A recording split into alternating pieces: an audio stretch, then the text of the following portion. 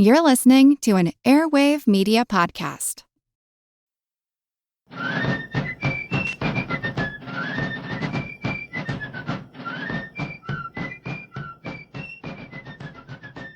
Hello, and thank you for joining the American Revolution. This week, episode 278, Arnold Raids Richmond. We last left General Benedict Arnold in episode 264 when he hatched a plot with the British to turn over West Point and betray his country. In exchange, he would receive a large sum of money and would receive a commission in the British Regular Army. The Americans, of course, discovered the plot when they captured British Major John Andre with documents outlining the plan. Arnold, however, managed to escape to British-occupied New York and begin his new life as a British officer. Secretary Germain in London confirmed General Clinton's promise to grant Arnold a commission as Brigadier General in the Regular Army. Arnold's new mission was to raise an army of loyalists and help bring an end to the war. Arnold's American Legion fell short of hopes. He managed to raise between 200 and 400 soldiers from loyalists and deserters from the Continental Army. Among his recruits was an American spy sent to look for an opportunity to kidnap Arnold and return him to the Continental lines. The British commander, General Henry Clinton, had to find a mission to test his new general's capabilities as a British officer. By the end of 1780, Clinton was eyeing Virginia. Other than the Portsmouth raid that took place in 1779, Virginia had largely avoided any real battles during the war. It served as a source of food and supplies for the Continental Army. By 1780, it was developing into a main supply base for General Greene's Southern Army in the Carolinas. General Clinton believed that he could at least disrupt operations in Virginia. This would impact supplies for the enemy's Southern Army. He also wanted to establish a port on the Chesapeake at Portsmouth, which would serve as a naval port for British ships supporting the southern colonies. In late 1780, Clinton deployed 2,500 soldiers under General Alexander Leslie to establish a British presence at Portsmouth. Leslie had begun to build defenses there when he received instructions from General Cornwallis to move even further south. After the British lost their loyalists at Kings Mountain, Cornwallis needed reinforcements if he wanted to do much of anything in the Carolinas. So Leslie's forces left Portsmouth only a few weeks after their arrival, headed for Charleston by ship.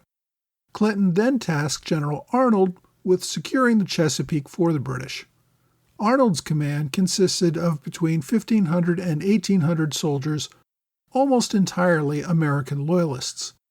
Aside from his own small legion, Clinton gave Arnold the Queen's American Rangers under the command of Lieutenant Colonel John Graves Simcoe. Other Loyalist regiments also joined him, most of which came from the Mid-Atlantic region. Most of them had been with the Army for years and were experienced combat veterans. But the only regular regiment assigned to Arnold was the 80th Regiment of Foot, a Scottish regiment under the command of Lieutenant Colonel Thomas Dundas. Also joining the expedition were about 100 Hessian Jaegers under the command of Captain Johann Ewald and a few pieces of field artillery. Now, General Clinton had no expectations that Arnold was going to take all of Virginia.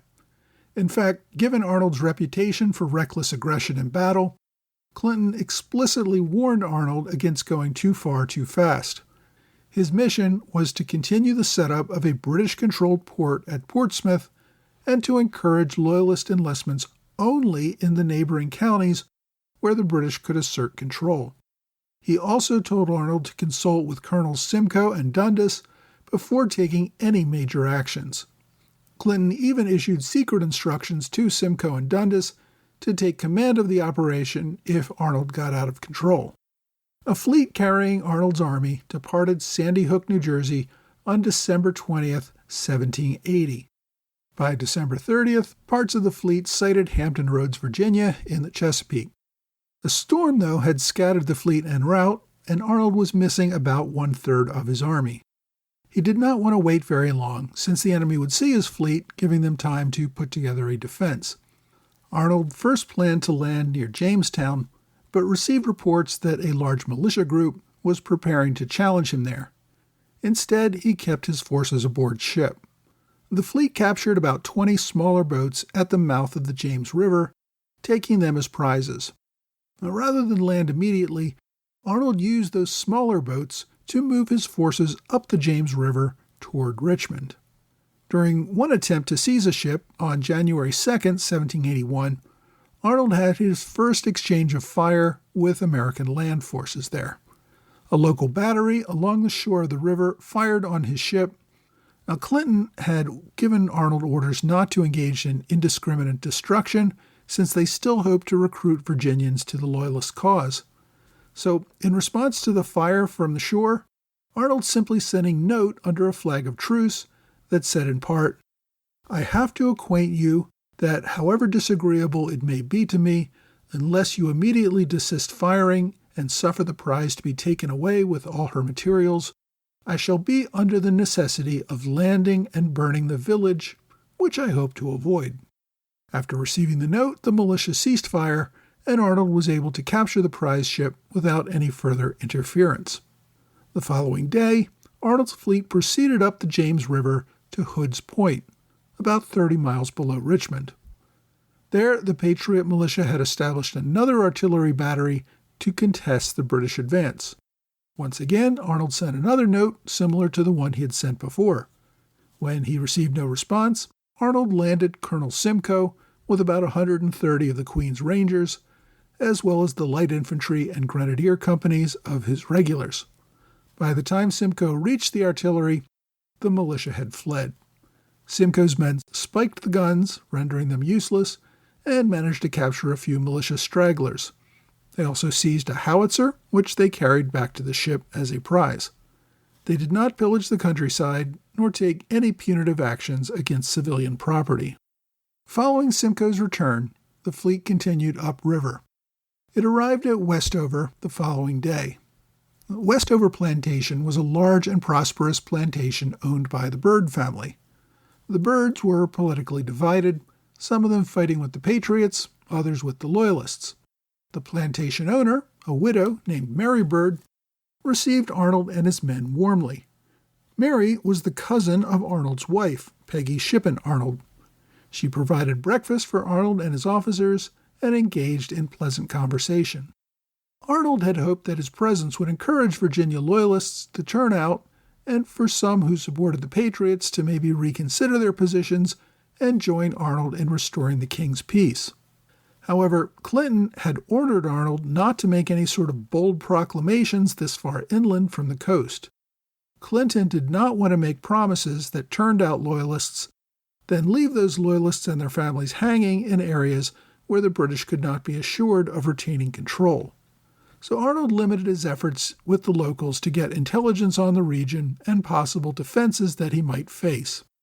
Many local Tories were willing to volunteer their services, and things looked promising that Virginia might be willing to move into the British camp. Locals told Arnold that the 25 miles between his camp at Westover and Richmond were virtually undefended. He could just continue to move upriver and take the capital. These intelligence reports proved correct. The Americans had been caught nearly defenseless. Governor Thomas Jefferson had ordered the state capital moved from Williamsburg to Richmond back in April of 1780. Williamsburg was too close to the coast and an easy target for British raiders. But even Richmond's inland location did not provide much of a deterrent. Most of the Virginia line had been captured at Charleston earlier in 1780, and much of its militia had been dispersed at Camden a few months later. Since then, the Continentals were desperately trying to raise more soldiers in Virginia to send down to Nathanael Greene in North Carolina. In fact, Greene's second-in-command, General von Steuben, was still in Virginia at the time of Arnold's landing, trying to raise troops and supplies for the Southern Army. The result of all that was that any men of fighting age still in Virginia were probably mostly either Loyalists or among those who were unwilling or unable to fight. When Jefferson received word of the British fleet arriving, he attempted to activate the militia and had hoped to oppose a British landing near Jamestown. But when Arnold simply ignored that defense and sailed upriver, Jefferson's government was caught with almost no defenses at all. The governor dashed off a few more notes to call out the militia across the state, but he was primarily focused on removing state papers and supplies out of Richmond to Westham, about 6 miles west of the capital. He hoped that if the British burned and looted Richmond, that the critical government papers and supplies would be safe. Given the reports of minimal Patriot defenses, Arnold was tempted to continue on to Richmond.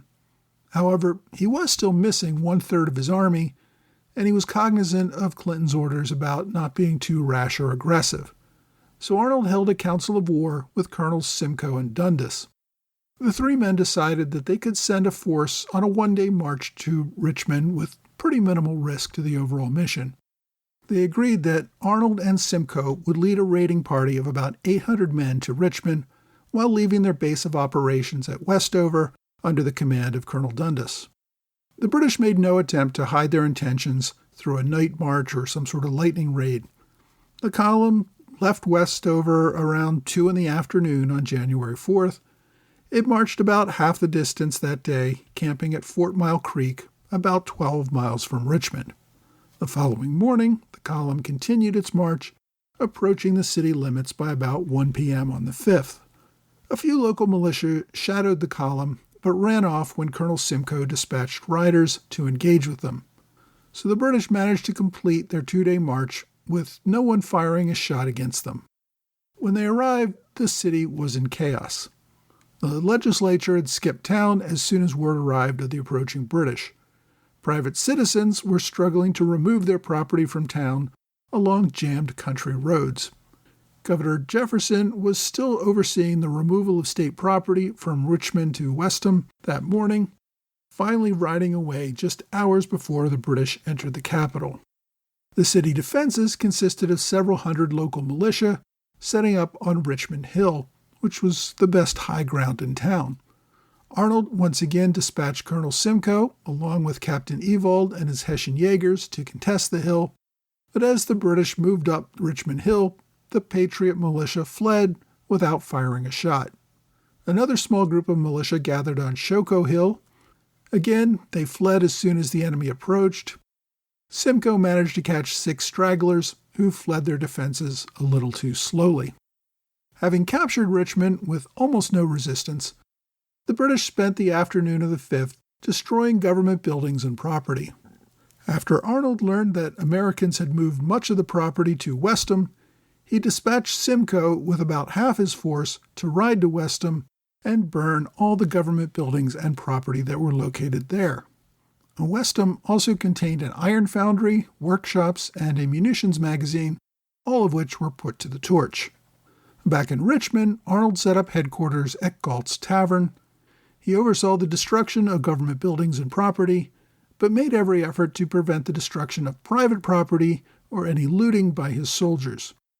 Despite the efforts, there was some collateral damage of private property, especially when some of the building fires got out of control and wiped out several city blocks. Arnold, though, mostly sought to protect private property. He believed that Richmond, much like Philadelphia, saw most of its private property in the hands of loyalists. He wanted to establish good relations with these city leaders in hopes of turning the state back into a British-ruled colony. Even so, Arnold could not resist the opportunity to make a buck.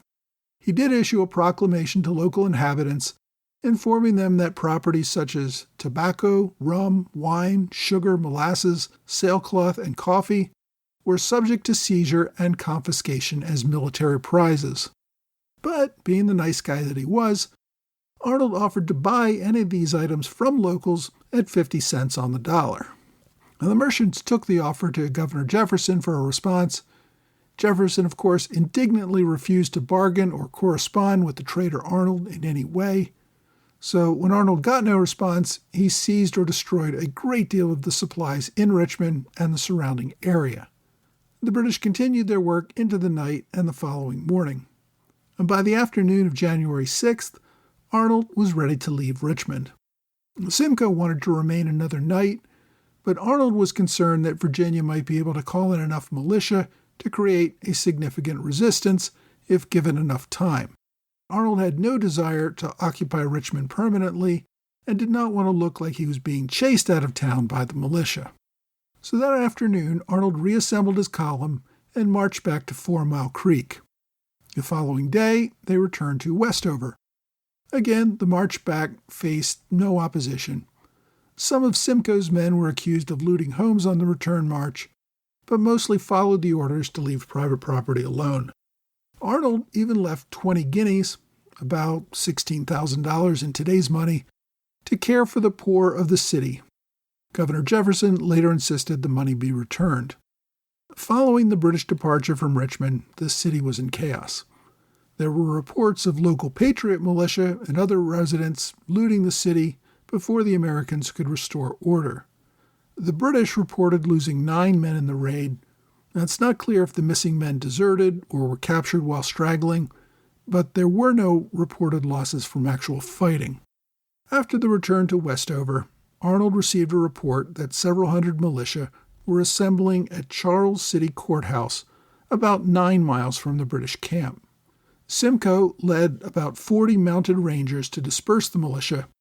In brief fighting there, 1 ranger was killed and 3 wounded. The other significant action taken was against Berkeley Plantation near Westover. Berkeley was the home of Benjamin Harrison, a member of the Continental Congress and a signer of the Declaration of Independence. Arnold, of course, had never liked most members of Congress, even before he switched sides, and allowed a little retribution in this case. The British looted the plantation, seizing or killing all the livestock. Although they didn't burn the home, they did pillage it, removing all the furniture and paintings to the front lawn where they held a large bonfire. They also absconded with 40 slaves, although it's not clear if the slaves left voluntarily. Arnold also received word that the Americans had reoccupied Hood's Point, which could prove a danger to British river traffic. He deployed some troops under Loyalist Colonel Beverly Robinson to march overland and secure the point again. These men walked into an ambush set by Colonel George Rogers Clark. And it turns out that Clark happened to be in Richmond to lobby for more support for his Western campaign and was able to engage with the British raiders in this ambush. The attack was a quick hit and run, but led to the greatest number of British casualties during the raid. The Loyalists lost 3 killed and 17 wounded. Over the next couple of days, the British began the process of moving 80 miles back downriver in small boats. Arnold had never planned his move up the James River to be anything more than a short raid. He returned to Portsmouth per his original orders, which he fortified and prepared for use as his army's winter quarters. On January 19th, part of Arnold's raiding party reached Portsmouth, with the remainder arriving the following day. Arnold's raid had much of its intended effect. The fact that Arnold had been largely unopposed led to criticisms of Jefferson's government and its inability to defend the state. Many Americans grudgingly credited Arnold with moving quickly before the militia could assemble and mount any real defense, but it's not really clear that even if they had more time, the militia would have been able to mount any credible threat to Arnold's forces. By this time, the missing third of Arnold's army had made it to Portsmouth, so absent a large effort by Continental forces, they were probably there to stay. Much of the local Patriot militia surrendered to the British and accepted parole. Many of the men wanted this since they could avoid turning out for further militia duty or duty in the Continental Army if they were on parole. It was a great excuse to stay home. The problem got so bad that Governor Jefferson declared that militia paroles were void and that they would have to continue to turn out for expected duty. Despite the surrendering militia, the Loyalists did not turn up in great numbers to join Arnold. The general blamed this on his predecessor, General Alexander Leslie, who had encouraged Loyalists to come out of hiding when he arrived the previous year. Then, when Leslie was called away to the Carolinas, the Virginia Loyalists had to face retribution from their Patriot neighbors. So this time no one was going to stick their neck out again until they were convinced that the British were there to stay. Arnold's raid helped secure his reputation with the British leadership. He had proven himself to be an effective combat officer. He had done more with fewer men than other British raids in the area had ever been able to accomplish. Arnold spent the next few months building his defenses at Portsmouth and sending patrols inland to break up any reported militia gatherings. On February 13th, Arnold learned of the approach of 3 French men of war. The ships stayed less than a week and then sailed off without engaging, but their mere presence inspired 2,500 militia to organize and advance on Portsmouth. As I said, the French ships sailed away, and when they did, the militia also returned home without firing a shot. But the event demonstrated to Arnold that he would face opposition if the opportunity arose. While Virginia was not organized enough to defend itself, it also was not ready to return to British rule. Next week, General Nathaniel Greene moves into Virginia, not to attack Arnold, but to escape from the British under Cornwallis in the race to the Dan.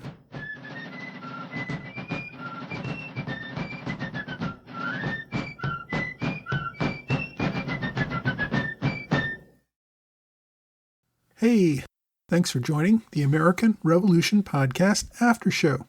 Thanks to my Patreon supporters in the Alexander Hamilton Club, George Davis, Mike Hager, Michael Gaylord, and John Celentano, and welcome to Michael Mulhern, who just upgraded to the Alexander Hamilton Club. I also extend my thanks to Robert Morris Circle supporters, Lee Seam, TJ Walker, and new to the circle, Joe Kelsey. Joe, thanks for your kind words and for your correction on the pronunciation of Mackinac. Thanks also to Shane Schultz and Justin Eutychatus, who joined at the Privy Council level, as well as Greg Pusak and Ron Thorson, who both upgraded to Privy Council. I'd also like to thank Robert Parks, Paul Brown, John Van Zanna, Zachary Blocker, and Matthew Thews for generous one-time gifts via PayPal or Venmo. I really want to thank everyone who stepped up after I announced last week that I was leaving my day job and devoting myself to the podcast. I appreciate everyone who stepped up both with financial support and with the many words of support and encouragement. It really does mean more than I can express how much people value this podcast and want to see it continue to grow. And for anyone interested, I just did an interview with Ronald Kern of the Patriot Power podcast, talking about the American Revolution and also this podcast. Ron has his own podcast about the American Revolution, but our interview is on his new YouTube channel. So if you want to watch it, just search for Patriot Power Podcast on YouTube. This week we saw Benedict Arnold in his first real command following his decision to betray his country and join the British Army. He seemed to fight effectively as a British officer. He was regularly engaged with the enemy, despite knowing that if he was captured, it would mean that he would be hanged.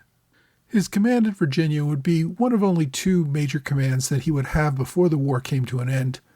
Arnold would remain in Virginia for another 6 months. He would be superseded in command for part of that time, and then he would return to New York before the Yorktown campaign really got going. His other command in America was a raid against New London, Connecticut, that I will cover in a future episode. Arnold was in New York City when the British surrendered at Yorktown, and he got approval to travel to London shortly after Cornwallis' surrender there.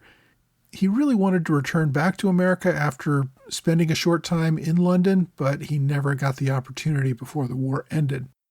I've read a whole bunch of books about Benedict Arnold, and I really haven't found one that covers his British service. The books tend to focus on his betrayal at West Point, and then most skip ahead and mention his death in England many years later. The Richmond raid was also a big event for another leader, Governor Thomas Jefferson, who took criticism for the state's weak defense. That, along with the larger invasion of the state shortly before the state's elections, the legislature ended up electing Thomas Nelson to take over the role of governor. For the next few years, Jefferson retired to his home. He spent his time writing the notes on the state of Virginia, and it looked to some like his political career might be over. The new governor, Thomas Nelson, had a lot more military experience. And for Virginia, this was important because although Arnold left Virginia, the British did not. The year 1781 would see considerable fighting within the state as both armies converged there for the final major campaign of the war. My book recommendation this week is a relatively short one, but really on point. It is The Invasion of Virginia, 1781, by Michael Cecere. It's a pretty short book at under 200 pages, and it covers not only Arnold's raid but the subsequent fighting in the state under General Cornwallis that eventually results in the Siege of Yorktown. I think it provides pretty good coverage of the events in 1781 that lead up to the Battle of Yorktown. The author, Michael Cecere, is a high school history teacher in Virginia. He's written several books on the American Revolution, most of which focus on men or events in Virginia. In a previous episode, I recommended his book about General Hugh Mercer. So, if you want to read more about Arnold's invasion and subsequent events in Virginia during 1781, get a copy of The Invasion of 1781 by Michael Cecere. My online recommendation is an older and even shorter book called Arnold's Invasion of Virginia, 1781 by Francis Lasseter. Although it is available in book form on archive.org, this was originally written for a magazine. The story is only 34 pages long, which really isn't much of a book, but it does focus directly on the topic I discussed today. In fact, my episode tends to focus more on the British perspective of the invasion, and Lasseter's book focuses more on the American perspective. This is an older publication. It was first published in 1901, I believe, so it's in the public domain and available, as I said, on archive.org. So if you want to get more details about today's episode, take a look at Arnold's Invasion of Virginia, 1781 by Francis Lasseter. As always, there are links on my website and blog. And be sure to check out my blog for much more sources and details about today's episode. You can always do that by going to blog.amrevpodcast.com. My question this week asks, in the American Revolution, in implementing their southern strategy, why didn't London's forces land in Virginia and work their way south, rather than land in Georgia and work their way north? Usually the questions I answer have nothing to do with the subject of the day, but I guess this is a particularly appropriate question today since we have been talking about the British invasion of Virginia in 1781, but that of course happened nearly 2 years after the Southern strategy began. British military leaders had grown frustrated with their inability to recapture the middle colonies after retaking New York City in 1776. By 1779, after France and Spain had entered the war, Britain was not so much looking to defeat the colonies as much as it was to cut its losses in North America. Georgia was one of the most lightly populated states at that time and right next to Loyalist Florida. It seemed to be a pretty easy target for the British. The relatively small invasion force there proved that to be correct. And next came South Carolina. Recall that early in the war, back in early 1776, British generals Clinton and Cornwallis attempted to capture Charleston before the invasion of New York, and they failed miserably. So by 1780, General Clinton was eager to wash away that failure by capturing the largest city in the southern colonies, Charleston. He did so, then leaving Cornwallis to build on that. Virginia and North Carolina were less attractive as easy targets for the British. They were more heavily populated, there was no single large city on the coast to capture, and the Loyalist populations in those states were not believed to be as great. So Britain wanted to secure the southernmost colonies as the easiest prizes first. While General Cornwallis attempted to expand on those victories by moving into North Carolina and then Virginia, he found that he did not have a sufficiently large army to occupy those areas and eventually, of course, had to surrender his army. Had he simply secured Georgia and South Carolina, Britain might have actually retained those parts of the empire when the war ended. If you have a question you'd like me to answer, please reach out to me either via email or on Twitter, Facebook, Quora, or Reddit. Well, that's all for this time. I hope you will join me again next time for another American Revolution podcast.